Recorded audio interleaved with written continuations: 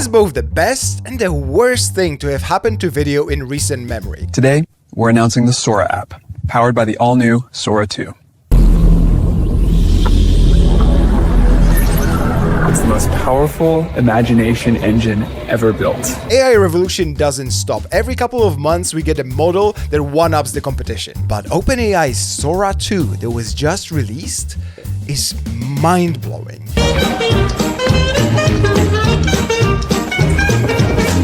Now every video comes with sound.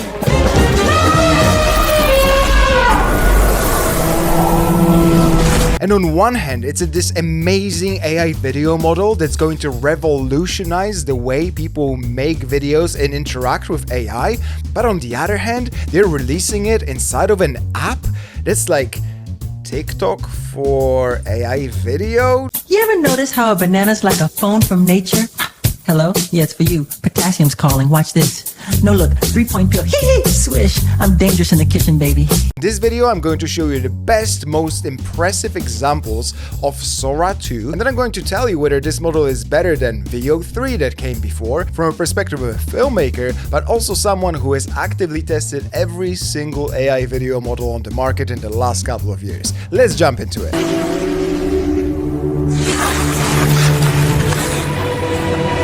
Today, we're announcing the Sora app, powered by the all-new Sora 2. Okay, that is crazy. In the beginning, I didn't really realize whether it's Sam Altman or an AI version of him. Maybe because in real life, he's also not that convincing as a human, so maybe that's a low bar to cross.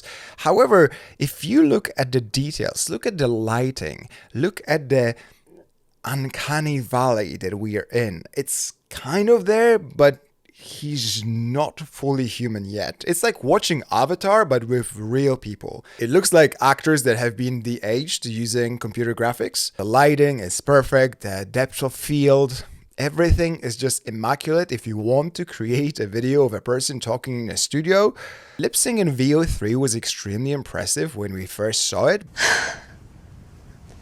Can I go home now? But now you can see the imperfections after your eyes have been trained to notice them. This one is another level. Also, the consistency between the shots. You see, you have a wide, you have a close-up.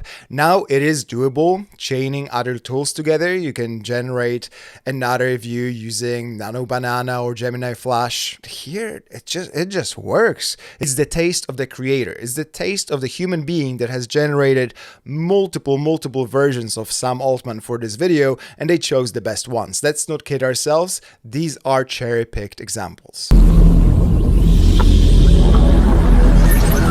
It's the most powerful imagination engine ever built. And it's packed with new features. I'll pass it to Bill for more details.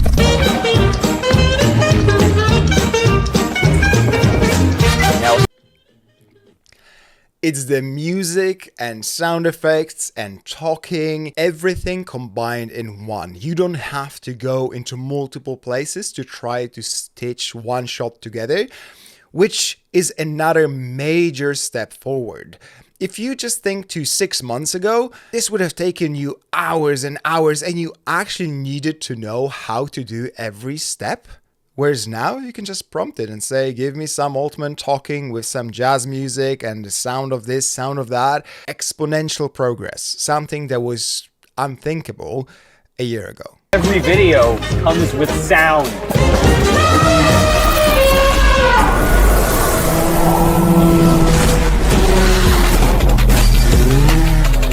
Sora 2 is also the state-of-the-art for motion, physics IQ, and body mechanics, marking a giant leap forward in real. Oh my god, did you see that? Did you see him taking off the helmet, and did you see the refraction that's accurate as the helmet goes in front of his face? It gets distorted properly, and after the helmet passes, it's still his face afterwards. This is a big thing. The consistency after a face turns around or disappears in a frame and then has to come back. Even the best models so far have struggled with this immensely.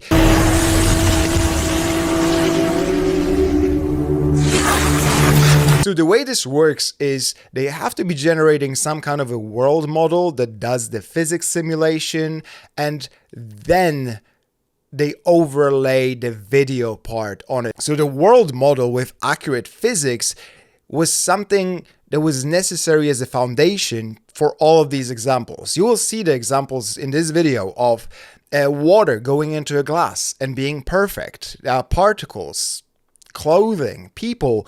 We take these things for granted because in real life, the world just does it for us. You just take a glass and you pour the water in, it works. But for AI to make it consistent, physically accurate over thousands of frames, it's like magic at this point.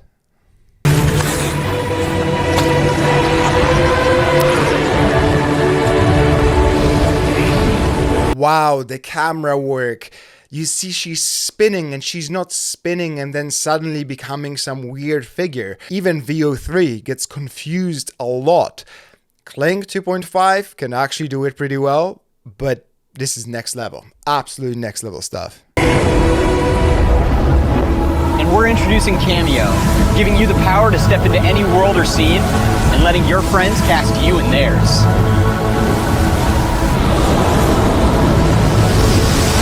This is very smart. Cameo feature is going to take this from nerds like me to regular people.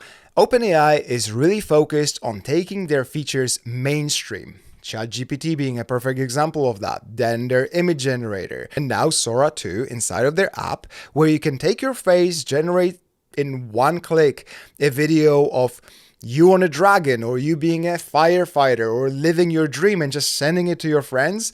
This is going to last for a couple of weeks or a couple of months and people are going to get bored of it. However, this is what gets OpenAI out there to the mainstream. This is what's going to make a lot of people more comfortable with AI video. And, our parents are going to share funny videos between each other, and then the kids are going to be like, oh, that's lame, and they're going to wait for the new thing to arrive. On the path to AGI, the gains aren't just about productivity. It's about creating new possibilities. It's also about creativity and joy. 1, 2, 3, 4. These scenes in isolation are already very impressive. But we need to remember this video works as a cohesive story because there is a human that actually has an idea for what to show. So somebody had an idea that they're looking at a small figurines and then the figurine talks. So they can showcase the different styles without making it into just like a kaleidoscope of unrelated images. This is very well done.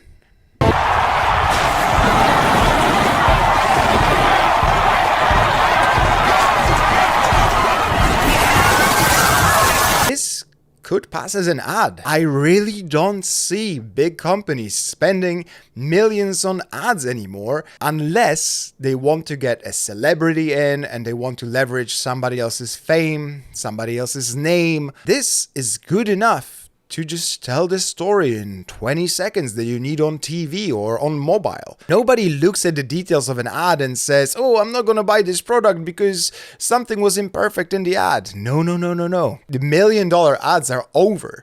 The agencies are over. What is not over is creators utilizing these tools. And I know a lot of the filmmakers are getting upset because, oh no, this is going to take away the jobs. I know, yes, it is. But the same way as animators got replaced, the people who used to draw frame by frame Disney movies, they're gone because it's not part of your generation. You might get upset about this. But if you are a business owner, a creator, if you want to make ads, this is just gold. But nothing is going to replace good storytelling. So remember that even though these images are extremely impressive, because generating them costs close to nothing nowadays compared to the old budgets, that means that anybody can do it. So still, what's going to differentiate between a good ad and a bad ad, if both are made with AI, is going to be the human taste, the human in the loop, somebody who's going to watch this and determine whether this is good or not. However, now you can launch 1,000 assets for the price of making one in the past. That's why we're launching Sora 2 inside the Sora app, allowing everyone to push the limits of their imagination and create in ways we never thought possible. It's crazy good that the voice also matches Sam Altman, and it works when he just talks like this, but also when he's trying to scream to the microphone over the environmental noise of the stadium. I was never impressed with Sora 1 because by the time it actually released, it was already superseded by another model. However, this one, state of the art. As of October 2025, Sora 2 is number 1. The difference between OpenAI's approach and Google's is very apparent. Google focuses on the technology, and their models are usually the best, the most efficient, and the most impressive. VO4 is going to leapfrog this. But ChatGPT is not the best out there. However, it captures the mindshare, is the default. People just use ChatGPT instead of Google nowadays. And the same with Sora 2. Even though VO3 has been out there for 4 months, Sora 2 is going to probably overtake it in the overall volume of videos produced very quickly because they make products that people want to use. It's not just a tech showcase, they wrapped it around in a thing that's easy to use for a regular Joe right now. If you ask anybody who's not deep into AI whether they use VO3, they would ask you, what? What is Gemini?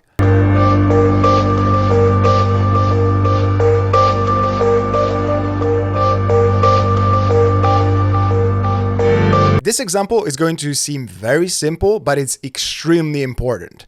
Look at how perfect this shot is. The refraction and diffraction of the light that is happening while the water is being poured in. Look at how the arrow behind the glass changes. This can only be achieved if there is some kind of physics simulation behind it. Private Pikachu, stay low!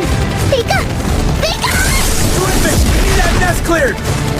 Look, putting Pikachu in a lot of the scenes, amazing, it looks so fun, looks so cool. And this is so interesting because they obviously trained on copyrighted material. They didn't care about anybody's license. And what they did is they offered everybody to opt out. So they have to contact OpenAI and say, I want to opt out of my brand or my brand assets being used in Sora 2 for generating video. It's very aggressive and I can see the lawsuits coming already. We had lawsuits like Midjourney because it was generating anything and everything that people asked without any care about copyright. Another beautiful example of blatant copyright abuse. They do not care. They generate existing scenes. And this is possible now, and I bet that in a few weeks this is going to be patched up and you will not be able to generate existing IP. But in terms of the quality, animated stuff has been possible to do because the lip sync doesn't need to be perfect. Nothing needs to be perfect in an animated world. The lip sync doesn't need to be perfect. Like nothing needs to be perfect in an animated world. So this just works. Okay, back to realistic stuff. Some people started posting on X videos. Some people started trolling on X and they post real videos and they say, oh, Sora 2 is amazing. There's this example. They said I was the face of finance, but I'm more than just a pretty face. And I watched this the first time as I was scrolling through different examples and I was like, oh my God, that is so good. But then I was like, wait, this is too good. This is real. And this is something that's a big danger right now because you can generate anything and say, this is AI or this is real. You will question reality. It's very smart that these models nowadays put in a watermark. It's incredibly important for our society to be able to tell what is AI and what isn't. So on one hand, yes, watermarking AI clips is crucial, but on the other end of the spectrum, we need to make sure that whatever has been captured by an actual camera has a digital signature saying this is the original file. Because imagine an example where you have somebody captured on camera doing something illegal, and suddenly they can say, nope, this is AI. Unless you have the camera file that has been untouched, and it has some kind of a digital signature saying this is the original, it has been untouched, unedited. And as we know from some high profile cases nowadays, this could have been useful for recording from some jail cells. Please, I really need this for Sora inference. This video is too good.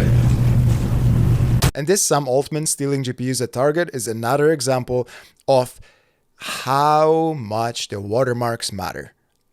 I cannot stress enough. We are going into the world where anything you watch on the internet, by default, you need to assume it's fake, unless there is proof that this is not an AI-generated video. Keep running! Don't stop! This way! Through the doors! Watch out! Keep your head down! They're tearing the hall apart! Go! Go! So if this clip was shown to you while watching a Netflix movie, you wouldn't blink twice. Because, yeah, it's good enough. There are two robots fighting, people running outside. It just needs the context of the story. So if there was a good setup before, if there was a good setup after, if it makes sense in this scene, this is completely passable.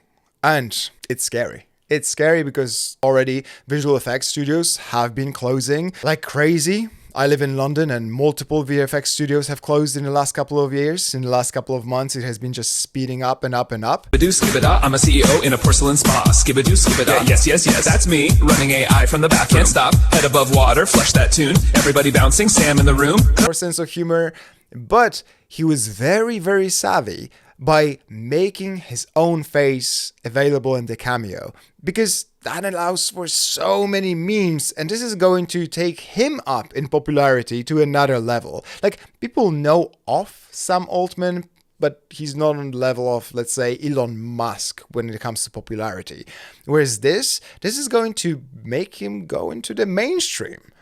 Is this the future of content creation? Meet OpenAI's Sora 2, the next evolution of video generation. This cameo by iJustine shows that there is a little bit of a danger for YouTube creators, because you could take your likeness and just generate tons and tons of videos without actually sitting down and record like I am right now. But that takes away a little bit of the connection that you could have with an audience. Your scripting is going to be the same, but there are two paths. Everything that can be automated and where you really care about the cost going down, so ads, films, AI is going to become more and more and more prevalent. For YouTube and social media, my bet is that the authenticity is going to go up in value by 10 to 1,000 times. Why? Because people care about the actual people. Think about it. You could make a commercial for 100K and you have a person riding on a horse. Great. However, if you spend $1 million on that same commercial, but you put a celebrity in it, people immediately are more drawn to it. People can relate to it. That commercial is just going to do better.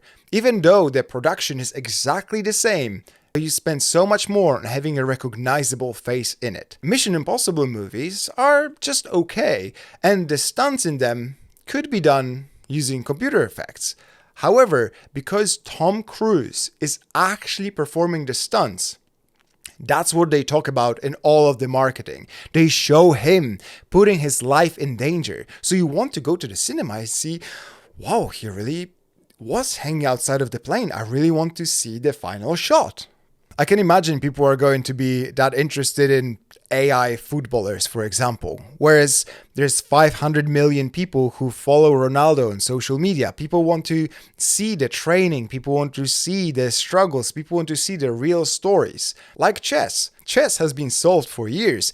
No human can beat a computer. But we still watch chess when it's a human against a human, because there's a story, there are nerves, there are mistakes, there are imperfections. That's what we're looking for. That's what makes the story interesting. And the AI video cannot really replace that, because you can determine the outcome. Film and video making when it comes to ads is cooked. I've shot ads for 100, 200K, and I wouldn't advise any client to spend that type of money on an ad ever again, because we can produce so many more variations. We can fix something after, we can see the results as we make the ad.